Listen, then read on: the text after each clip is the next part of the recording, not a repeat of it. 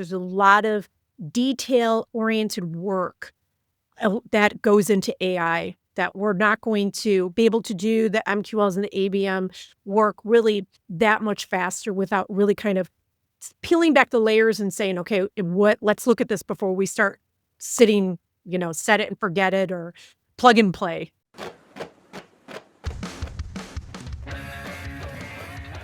Oh yes, this is the Hardcore Marketing Show. I'm Casey Cheshire, your host for this epic journey. Today's show is sponsored by Ringmaster, on a mission to launch B2B podcasts that create relationships, generate revenue, and drive growth. Ringmasterlive.com. Bam.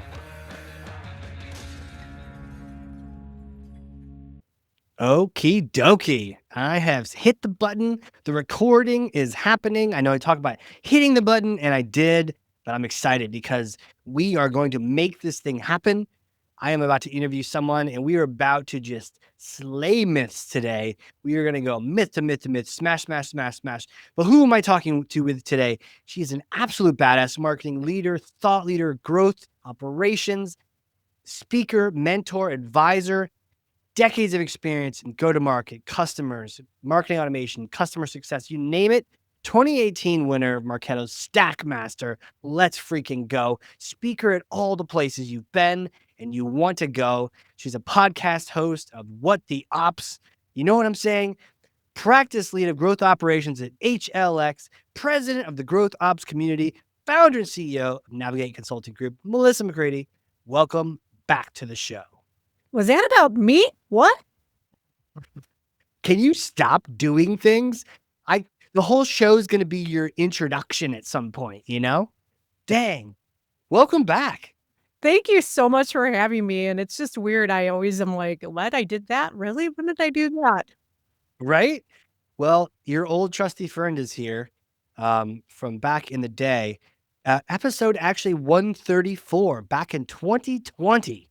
If anyone wants to go check it out, get the backstory, episode 134 back in the day. And I don't know if I had this back then, but I'm going to pass you something. It's heavy, but I know you're badass. All right, go ahead. I got it. You got it? I got it. There you go. All right, Melissa, take Thor's hammer and smash for me some kind of marketing myth, a bogus strategy, a misconception. Set the record straight once and for all. All right. Since I'm a growth person, I like to start from where things start and then kind of work our way up. So MQLs, I cannot tell you how long I've been hearing MQLs are dead. They're not really dead. They just are kind of transforming and they continue to transform. So not dead. So myth number one, MQLs aren't dead. They're not dying anytime soon. They're the thing that lets us know that somebody's raised a hand. There's a thing that lets us know that something has hit an engagement score and perhaps is married in with the right persona and the right ICP account. That's great stuff. So we're going to keep doing that. Keep doing it. Why do people say they're dead? Are they just trying to get attention? But I also think that the way people may look at things or categorize things changes. I mean, I've been saying growth operations for a while, and it went from rev ops to go-to-market ops, and growth operations still something else. But, people like to change it up a bit, makes it exciting, gives you new keywords and all that good stuff when you're trying to market. So it's kind of funny that it gets utilized that way. But I think that not going anywhere, maybe it'll mean something different someday. But it really hasn't changed in a long time. 10 years at least, hasn't changed. And to your point, whatever you call it, it's just a signal saying hey, your turkey's, take it out of the oven.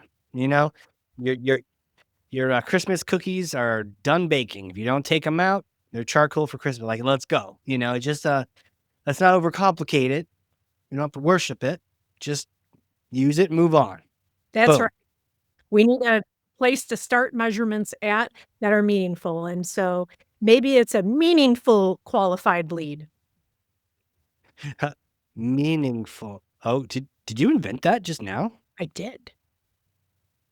You know what we do? We just make the whole name of the show, meaningful qualified lead, as like clickbait. And everyone just like, oh my gosh, what? Right? Is this the new thing? But Melissa? Dang, let's go. Okay, so got it, got it. I feel good about that. So as we progress, you said start at the beginning and we move along. What comes after this? What's the next mess? Interestingly enough is, okay, let's get into MQL definition and where do we go? ABM, Yep. strategic account marketing, strategic marketing. ABM is still both of those things. It's strategic marketing and then it's strategic account marketing. So ABM isn't dead. And I've heard this one and I'm just going, I think ABM stands for always be marketing. And Yeah. so meaningful qualified leads and always be marketing, right? Here we go. ABM, the transformation of it with the tools, the transformation of it with AI, it's not dying, it's changing, it's transforming. So it's gonna look different. I think there are a lot of tools out there already. You know, you've got your sixth sense demand base. They're already using AI to do things differently, right? And we're seeing, Salesforce and HubSpot really making a lot of changes within their platforms as well with AI. And we're going to see these things morph a bunch. I think we're going through this really kind of like industrial revolution for everything tech right now because of AI being introduced. And I think that goes well beyond just high tech. What I feel like is happening right now is there's a lot of we've got to test out things to determine what works. And then we do those things independently, right? And then we start adding mixes of things in and seeing how that works. And then we're saying, okay, well, that works. What if we cluster this group of things with this group of things with AI? How does that work? And we're going to find, I think, what I keep reading about out in the marketing universe and the internet and just in general, people don't trust AI yet. So, it's a 50-50. It's really like, yes, it works or no, it doesn't. There's really not a whole lot of utter confidence that I'm going to use this AI thing and it's going to be right 100% of the time. Even if I'm using something to figure out a formula for Excel, right? Or a Yeah. Google sheet, sometimes it's not correct. So I think AI is a starting point and then it helps us get to the answer faster. I don't think it's like I'm going to rely on it for all the answers. I'm going to be checking the answers. So AI is still learning how to do math along the way. And I think the more that we train it, the better it's going to get. Same thing goes with agents, right? The more we train agents on things like MQLs and ABM, the better they're going to get. But we're not there where we can set it and forget it. And what have we learned all this time? You can't really set things and forget things. You have to look at the different points of measurement. That's why we have KPIs. You're looking at different points of measurement. AI is not going to change that. AI is going to change the approach that we're taking to get things done. The measurements are going to really be the same. We may get deeper measurements, but I don't think we're really going to get something that's so extraordinary and life-changing. And I think there is this perception that we are. And that I will definitely say I'm going to bust that myth. So take that. Yep.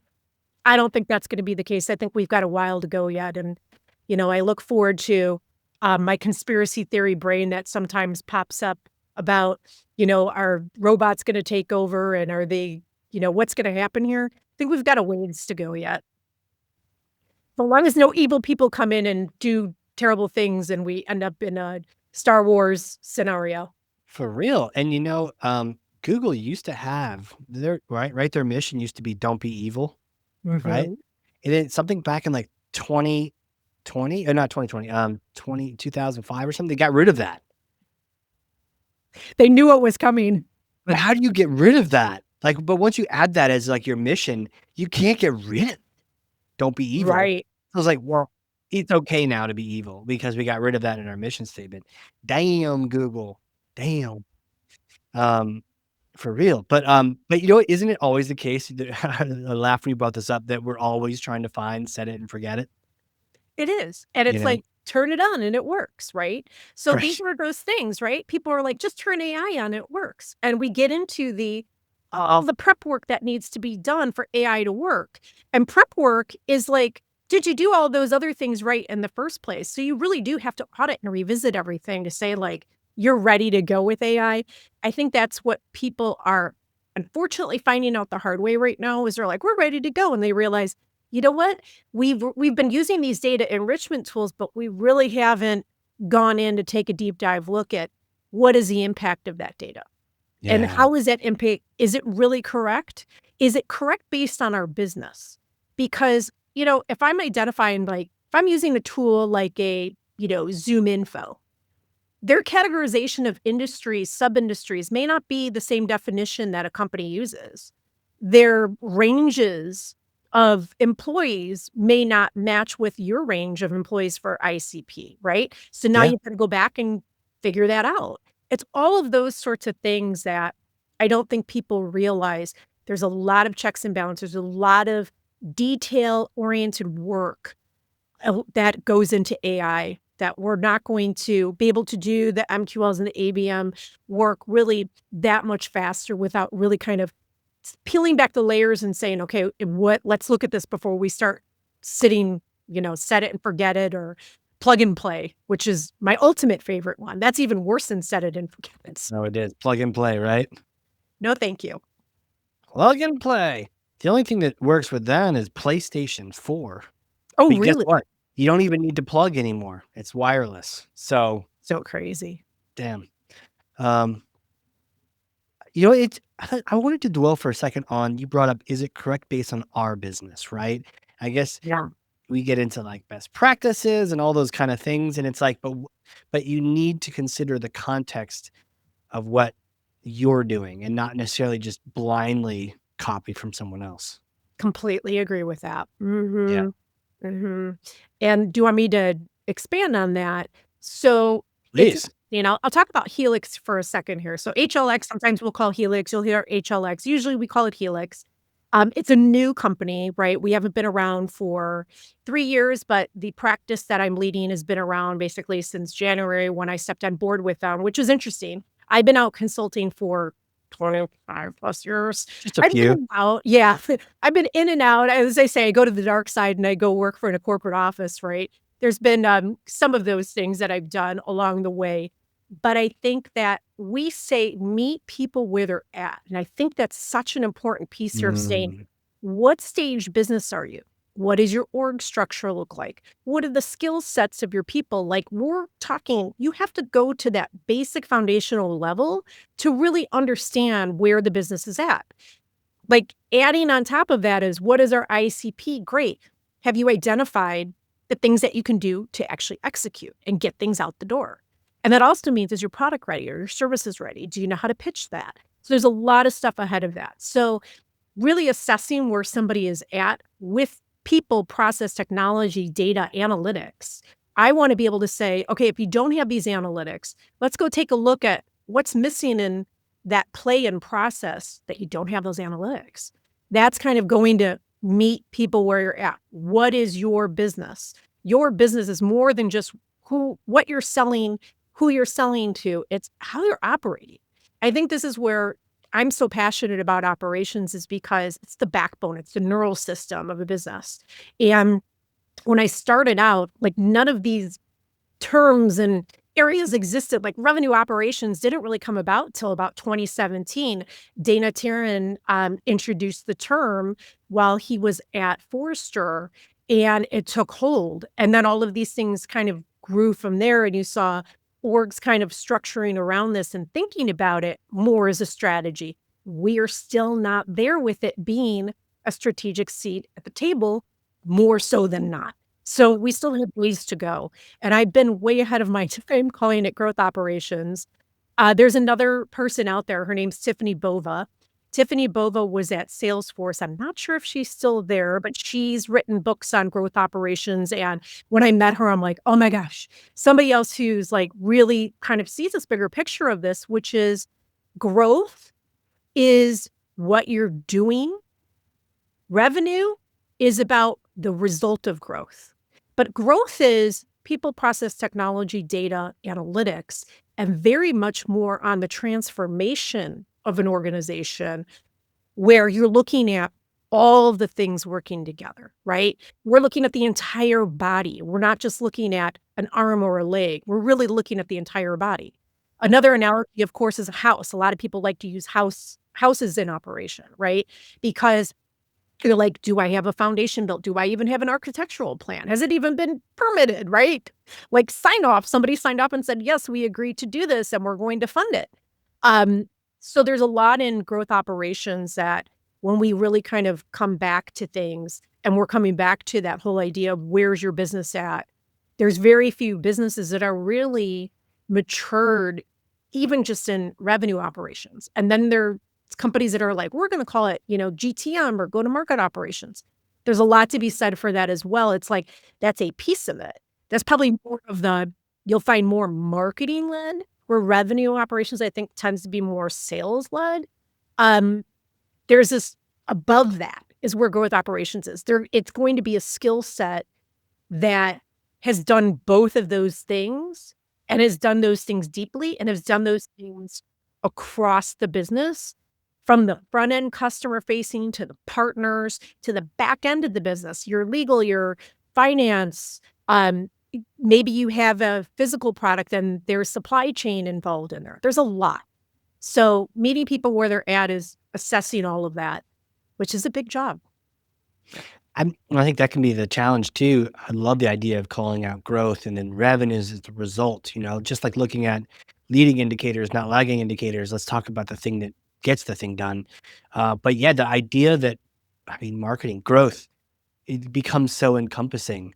It's like, how do you not let it just take over the whole company? And how is the CMO not just now the CEO when you have growth just taking over? It's interesting. So Lotney Conant, who's with Sixth Sense, love Yeah. her. I followed her Yeah. for a long time. I'm sure you have as well. Yeah, she's been on here. Yeah, I'm sure. So she's just a rock star. And she went from being a CMO to a CRO. And it's kind of interesting, right? It's like, what's the path for that? Like, what's going to happen here? I see people who are in RevOps, if they're taking that path of looking at the bigger picture, they're a new COO or the COO whatever .o, right? Yeah. It depends on the organization though, right? That's not a right fit for all organizations because it depends on what you're selling to, what markets you're selling into, right? Where if you're in finance, a COO is probably going to be more financially focused versus operationally focused. Whereas if you have somebody who is maybe at a SaaS company, you can have both and you would still have a CFO, right? Right. CFO would serve more of that. And the COO would be really, their swim lane would be operations focused and like, how do we orchestrate and how do we connect these things? What are the connects between the lines of functions within a business? So your sales, marketing, customer success, your accounting, legal, finance, operations, all the things, HR, partners, customers, how are all those things working together? And so now this whole system of things is looked at collectively. And there's pieces and intertwines and overlaps on all of that stuff, which is super interesting. It's really hard to draw a visual for this stuff too, because it's so messy. There's so much to it. So it's interesting. I've been working on like, how do I help people visualize this? I've got a couple things I've been working on. I have some blog posts that are coming up about this. But it's hard. I've been running people past these things to get feedback to make sure things are making sense because it's really complex. It is not an easy thing. This is not a plug and play. This isn't to set it and forget it, right? Right. It kind of reminds me of like the drawing of like a protein, right? And Yeah. like, mapping DNA was one thing. It's almost like that's what we did last decade, right? Oh, look, there's just a couple letters and they all go in this direction, but when you start going protein, you're like, oh, every different direction on a 3D scale matters to what this thing will do. It's like infinitely more complex. And it sounds like that's exactly what's going on here. But it sounds like if you actually nail it and are intentional about it, then you do unlock the growth that you were looking for. I have to share this funny story. Yes, I love stories. So when I first started in consulting, my company was Infinite Ideas. And the idea was the infinity loop. And then right? Yeah. Then I have Navigate, which is what direction are you going in? Now I'm with Helix. And if you think about Helix is the infinity loop spinning, and then you have to figure out what direction to put it in. It's so crazy. Like if I think about it all, it's like I was manifesting being where I'm at today a lot of ways. Yes. It's weird, right? It's like, "Woo!" Or it was scripted. I know, Mm, right? Somebody was driving me. I feel like I'm in a simulation game, right? yeah. Is that are you a player? Are you I am not only because of time. Um, so I play my tools are that well, I should say my video games are all the different tools that I play with. Yes. Yeah, you're right, that's what it turns into. It really is. It's like a different version of a gamer. How long have I been in this industry too, and I just now realizing that video game like SaaS are video games, They you know? are. Yeah. They're just a little bit more expensive than you know, we thought Nintendo was expensive, but damn. And, actual impact. I think that's the big one too, right? So we took video games to impactful video games. Right. Yeah, this video and also, if you do this video game wrong, you send the wrong email to 30,000 people, so you gotta Yeah. there may or may not be another life. I have made mistakes along the way for sure. That one I haven't, thank goodness. Right. But yeah, and that's the whole thing is like, we're all gonna learn as we're going. We're all gonna make mistakes as we're going, and it's what we learn from those mistakes. And I know that sounds So sure. so basic and cliche, but I think that's where we're at right now is we're going into this new test and fail fast mode with AI. And what's that gonna mean, you know? And, interestingly enough, was just reading through like an ABM program, for a client and reviewing all the different touch points on it. And so much of it, especially with this particular client, they're new, right? So it's a Yeah. lot of fail fast. And I think if people make sure that they just set that expectation correctly when they're doing things and saying, like, we're going to try these things, spell out what they think the risks are, and say, we're going to do this in a smaller chunk, right? Just test out these things and see what works. That's going to be a really important approach to take. So I think that's, we go into myth busting and I'll say, like, let's just talk about something that is working. And it is fail fast, do it in small chunks. And no differently than when we started having tools that could do things that we were programming. Now we have program tools that we're using that we didn't program, so we don't know what the long math was on it. So we don't know, did they make sure that this was in the equation or not? So I think that's the learning curve with AI is really understanding. And I think people are challenged too with like, how do I train an agent? Which is interesting. Yeah. And so I don't know if we want to talk about that, but that's been one that people, when I say I trained an agent, they're not quite sure what that means. And I didn't know what it meant for a while either. And I'm like, what does that really mean? And so the basics of it is, let's say that you're using ChatGPT. You can have different projects. Each of those projects are like an agent, right? I'm going to feed this one stuff about growth operations from a marketing operations line. I'm going to feed this one revenue operations from a sales coverage model. And then I'm going to take those things and get them together and try to train them together. And earlier I was saying about these small things and then testing them with other small things and then putting them all together, right? And I think it's just something that if people would spend 10 to 15 minutes a day, go take a couple articles, throw it in to that project and say, give me a read back about this. And it would do that. So it at least has that data stood up in there. And then you say, go through these projects and write this for me. You're going to get a very different lens on it. But you always have to check the work because not 100% reliable. Uh, they're getting better though. They're getting better, but you're right. Again, it's not set it and forget it. Otherwise, you'll see some typos in there that are saying some crazy things.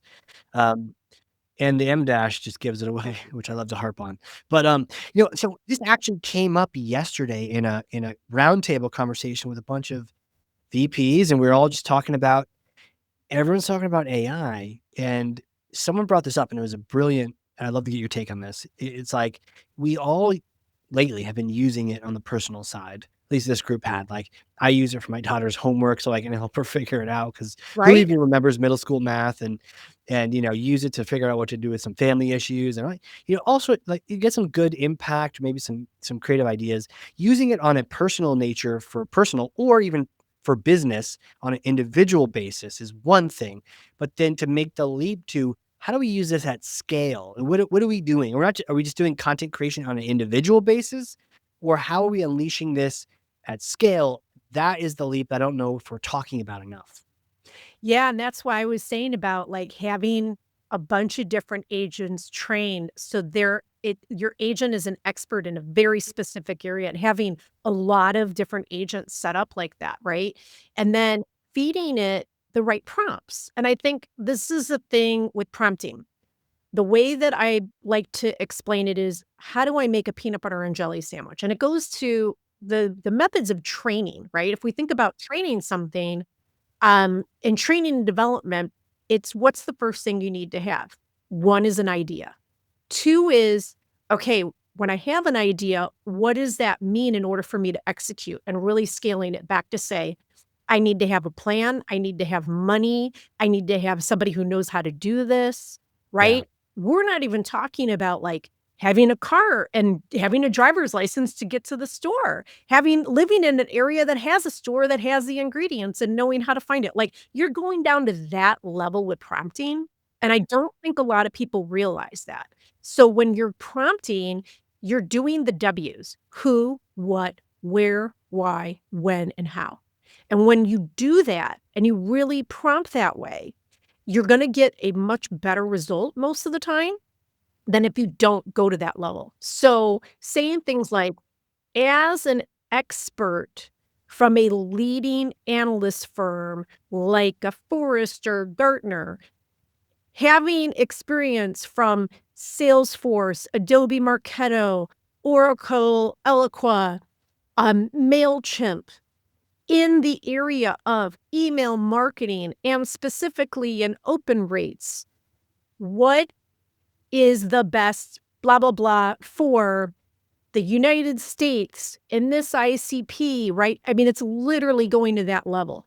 And so that's what a lot of the tools are doing, I believe, and they're getting smarter as they go. But that prompting for people to train an agent, it really needs to be at that level. And I think there's this what I can encourage people to do and your listeners here, take some of those AI prompt writing courses. They're free all over the place. Google has them, LinkedIn has them. Like, there's so many people doing them right now, then they're free. That has made the biggest difference for me in learning how to write the prompts in a way that it is the right formula. So, if you've gotta do all the W's, just have to. Gotta do the W's. Well, so do the dot for me from training your agent. Like, to what why? Why should I train an agent? What am I gonna use it for? Am I just gonna be a chatbot? Like, how are we gonna get the growth we're looking for? Like, how do we get AI to get us the growth we're looking for? Okay, so I have a method and a mind mashup on this one, which is that as I was mentioning about creating experts on things, right? So I want to have, if I were to look at somebody in revenue, go to market operations, growth operations, what are the skill sets that I would need to have to be the most ultimate person doing this work? I'm going to have agents specifically train on those things. That's a lot of agents. It really is. So then it's like, okay, let's scale that back a little bit, right? You got to start somewhere. So if I say marketing operations, that's wide. That's actually probably wider than sales operations is. So if I'm saying marketing operations, what do I need to do? Let's start at the very beginning. If I was a new marketing operations person coming in, what would I need to learn? And I would take that path and I would train the agents like upscale on that path. That's how we would train them to get them to do what. So then it's like, okay, well, what do you do if you're in this role? So I really look at an agent is like a human being, except it's not as cool. Doesn't dress as nicely. Yeah. Sometimes cooler, complains less. Yes, complains less. I do like that part for sure. Although they can get cheeky sometimes, which is pretty funny when they start throwing jokes. You're like, what just happened? Right. They're like, hallucination. What? But I think really, if you're thinking about it, where you were training a new person to do a list upload, what would you have to train them? So a lot of it is standard operating procedures plus best practices, plus some of the statistics that are available out there from research that says this is the way to do it. So best practices sometimes our best practices, and there may not be a lot of data to support it. It's just something that we know. We know it's a bad idea to have bad data. There's a lot of studies that are like, bad data does this, but it doesn't say if you do not have a phone number formatted right, or you have, I don't know if you've ever heard of the cameling on names. So an example would be like TJ. So Thomas James is TJ. If you have a tool that corrects and does capital T lower J, that's not correct. So cameling would be, Mm, it recognizes that. So it's like that level of detail. People are not doing studies on that level of detail most of the time on best practices. So it is like standard operating procedure, giving those exact things and then saying, and the data supports this, and here's how you do it. That's the level, right? And if we were training somebody, that's how we would train them. That would be the proper way to train them, to really teach them math the long way. So I right. think each of those things have to be trained. So if we're going to replace ourselves, someone's going to have to do all of that work. And I don't think one person has that knowledge. I think AI can help with that, but it's like you would have to have a collective of people all coming together to do that. So that's going back to that scaling question that you asked, is like, there's a lot that happens before the scaling, right? It's the scale, you have to train the agents, and it is very specific and it is very in-depth and very detailed. So that's how we get there.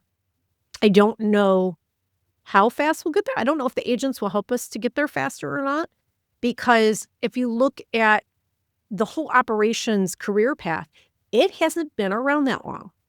We're talking 2017. We're talking like, that's not that long.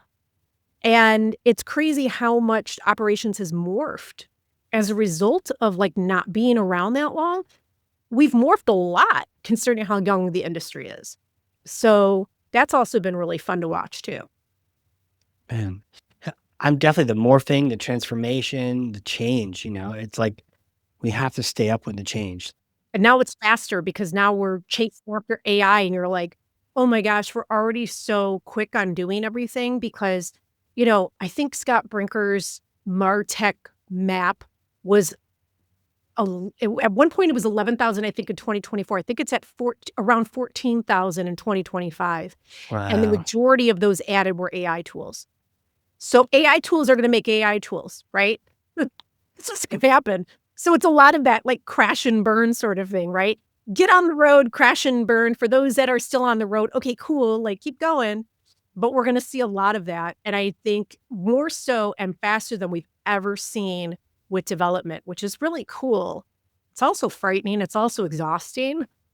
So I think there's a point, I don't know if you're feeling this yet, Casey, but Mm. I'm at a point of like getting to that cusp of AI fatigue where it's just so much and I still have all this other stuff to do over here. Yeah. Um, yeah, and I think, just like how we said marketing can be so broad and Mhm. cover so much and do so much, AI can too, and so, of course, that's why we're related, marketing and AI, but, like, it can be so easy just to it's so much that you just don't it's like, what I don't even wanna address it because you're opening the door to the conversation about everything. Gotta really kinda narrow it down a little bit. I do want to bring up one area that's very interesting too, Yeah, that please. a lot of it's really starting to become a hot thing, which is GEO versus SEO. So generative engine optimization. So you are now doing search terms to up where you come in searches with AI tools, right? So your ChatGPTs, your Copilots, et cetera, et cetera. Generative engine optimization is the new thing. And if you think about it, if you're doing it now and you're being the first to get in on those terms, it would be like the first to get on the terms early in and being the lock in when SEO was getting started, which is a long time ago, right? So here we are with this like next thing.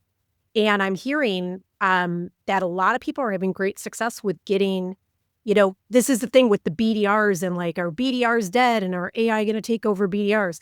Some of that true. I'm seeing it already, but the before the BDR piece, I think there's a good opportunity there right now to get in with GEO to have a competitive edge. Because I think that's a thing. People are thinking, I can use AI, BDR, and get a competitive edge. You can. If you're a startup, you're going to have a better advantage than you will of somebody who's been existing because you don't have anything to untangle, right? You're Right. starting from now. And that's the other thing that's really interesting. If you think about the products that have been around, if you're building a new product today, first of all, your development cycles, when you're using AI for development, is going to be that much faster. And you're not going to have to untangle all of that or rework all the stuff that you have and go to your customers and say, you need to rework all of that, right? So I Yep. think that AI gives a leg up for the new entrants very quickly in comparison to the folks who they've had their platforms out there, which is going to be very interesting to watch over the next 2 to 5 years. Will be very interesting to see. Consolidation, I think, is going to be different because I think it's people may not like the bigger companies are going to want to buy these things, but those companies may say, that's great. I can be like you. I'm going to keep on my path more so than we've seen ever before because they can move at a faster pace and catch up. Whereas it's like you're catching up on your product development. You may not necessarily be catching up on your customer acquisition, right? That's true. That's another thing. And also with customer acquisition, it comes down to like, when is AI CS going to come into play? So I'm keeping a pulse on that too. I am very fortunate enough to work with Growth Molecules and Sabina Pons. She's absolutely fantastic. So these are the sorts of, conversations that we'll have, like, how is AI going to affect this? So it's like we're talking about the front end with AI, but what about customer success? And are we going to have customer success AI agents? That actually has been around, if you think about it, maybe a little longer because there have been all those chat tools to do these things because it's a fixed set of answers to things, right? But what about that customer engagement? How is that going to change? Where you need like somebody talking and having the like human to human interaction.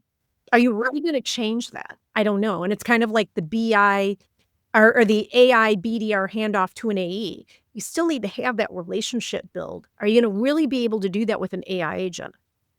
I'm going to say for now, no. For now, no, that may be the part where you drop the human in, you Right. know? Yeah. Um, I also feel like there has to be some kind of drop the human in at the beginning, but before to feed it the data, that you really can't get from a survey, you know? Yeah. And humans may not wanna just freely give out on a web chat, or like, I've been sort of floating this idea, I'd love to bounce it off you, the idea of, um, under the umbrella of growth, you have the connect to market and the things we've chatted about, but I like to throw in the idea of, like, the connect to market, like, the idea of doing the human to human, like you're saying, where you're connecting with them, because I know I've hidden behind Pardot and Salesforce and SurveyMonkey and would name the app and thought I knew the customer, but hadn't talked to them in Right. months, you Mhm. know? And I just wonder if maybe connecting to the market with like podcasts like this or Yes. communities, partnerships, whatever kind of emotion or method there might be to reconnect with the individual. I wonder if there might be a resurgence of that, you know? I think we're already having one right now. It's very interesting. I think back to early on in my career, like what were the things, if I were to say top 3 things that I did early on, and one was find a great mentor, 2, find a group of people, and network with them and grow the network, and number 3, stay current. Right? So always kind of stay up on what's going on because it's great conversation and you build your network by trust, right? So you are a person that people will look to and say, "Oh, you kind of know what's going on. You know like the new stuff coming up and you've done some of the old stuff." Like somebody gave me this very early on in my career. I had coaching and they said, remember, a supermodel does not have to tell you they're a supermodel. And I had my aha moment. I said, oh, I get it now. I don't have to prove myself, right? I have to prove myself by my work, which also can be something that you'll hear from HR experts. They'll say, well, remember, you got to be careful with that too, because you do need to have the relationships, but your work has to be there too. So I think that, you know, having the right person or people guiding you, having a group of people where you have commonality and each of you can learn and it's not just gain, it's a give and take, right? Somebody we were talking about this is just a friend of mine. We were talking about like how awesome it was because it was really hot in the Midwest and he has neighbors that have dogs and people that are out there and there's a lot of space in between the houses where he lives and so he was putting a cooler out of water. And I said, it's not about giving to get. It's about getting to give. And I think this is where it comes of like why those three things are my top three things because they all interrelate. That in order to give, you need to have the knowledge. In order to give, you need to have the network. In order to know what to give, you need to have something guiding you. And so if we think about growing a business and we think about just the evolution of things, we come back to that every single time. And it sounds so theoretical, but it's in front of us all the time. I Yeah. think that's one of the things as I've gotten later into my career that I really reflect on, less of the what exactly did I do? What were the tactical things? It's more of the how what were the relationships that mattered? How did I contribute to those things? What did I give to those things? And because it is about when you give, it is just I believe the universe will take care of you, right? It'll come back. And that's not why you give. You give because it's the right thing to do, and it's good for Mhm. everybody, and I think that's kind of goes back to the whole growth operations mindset. Growth is about giving, and you are giving and figuring out ways to give, which is the thing that will bring things back. When you stop chasing things, things come to you, and I think that's really, the idea behind growth is, you don't chase, you prepare. And when you prepare, then you're able to give. And when you're able to give at scale, then those things will come back to you. And having the mindset of like, don't worry so much that you're not doing all the latest and greatest things and you're not doing it with the absolute best practice and have all the money to put into something. Just go do it. Go do what you can where you're at. This is that whole scale thing.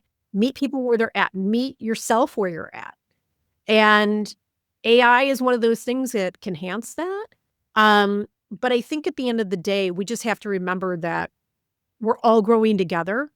Um, we have one show our entire lives. We don't get a redo. Some people may believe that we do. I hope so. I hope to come back as not a mosquito one day where I can just keep getting slapped and have to come back over and over again as a mosquito. Maybe a mosquito in a nudist colony, you know? I'm like, "Aha, I see you." It's like dinner buffet everywhere. Let's go.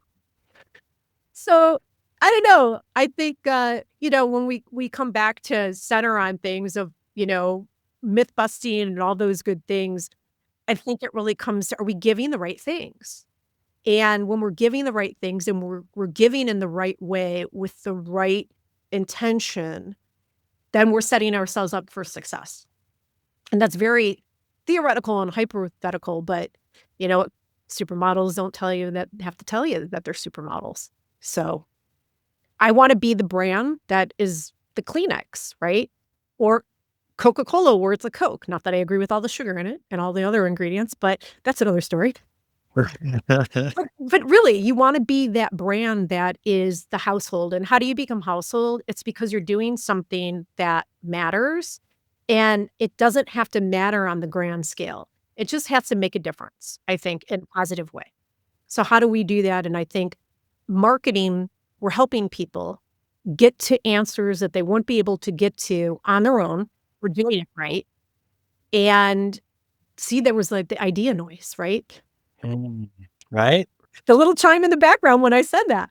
It Um, was, yeah, yeah. yeah. But we're getting to places by pathing it out and operations for a business. So there we are. That's what I got for you for today. Man, let's go. Oh, this has been fantastic. Where can people reach out? How do they connect with you? LinkedIn's a great place. They can check out team-helix.com. I am just getting ramped on getting a whole bunch of blog posts going and a bunch of social stuff going. I'm in communities such as marketingops.com. The growth ops community is kind of in this state right now that it'll start bumping up again. Pavilion's also another great place to connect women in revenue. There's so many different RevOps communities that are out there. I'm pretty much in every single one you can imagine. I don't know. I think I have like over 40 some Slacks right now of different communities that I'm in. I just love the community. It is, again, that networking thing, right? Yeah. It isn't about meeting everybody. It's about meeting people that you're connecting with that your relationship building. So I think that's the best thing is keep doing the community stuff. Yeah. Community is also the future. Yes. Love that. Man, so many things we could talk about. Thank you so much for coming back on here. I feel like every time we chat, there is both masterclass in knowledge, but then also just gets me thinking. Like I have to go sit down. I'm already sitting down. I have to go sit down after this and think a little bit more about it. Thank you for coming on here. It was great seeing you again and chatting with you. Thanks so much for having me, Casey. And to all your listeners, Casey rocks. Keep listening to him. Well, and you know what? I'm glad you said that because they were gonna give up after this episode. They were just like, "Oh, we're done. We've learned everything." I'm sure there'll be more. We'll learn more, but Yeah, more people listening. yeah, tell someone. So that's my note. If you learn something, and I freaking know you did, because I literally have 2 pages of notes Oh over my here gosh. front and back, then share this with someone else. The plug and play that doesn't exist. The next time you see someone think that they're gonna try to do that or tell you that MQLs are dead, like, okay, I got a link for you. Go listen to Melissa and report back, and then we can talk. So share this with a friend. Don't let friends go off the marketing cliff. This is what it's all about. Oh man, Melissa, thank you again. Thank you so much, Casey. We'll see you soon. All right, everyone. This has been a crazy cool, very exciting episode of the Hardcore Marketing Show. We will see you all next time.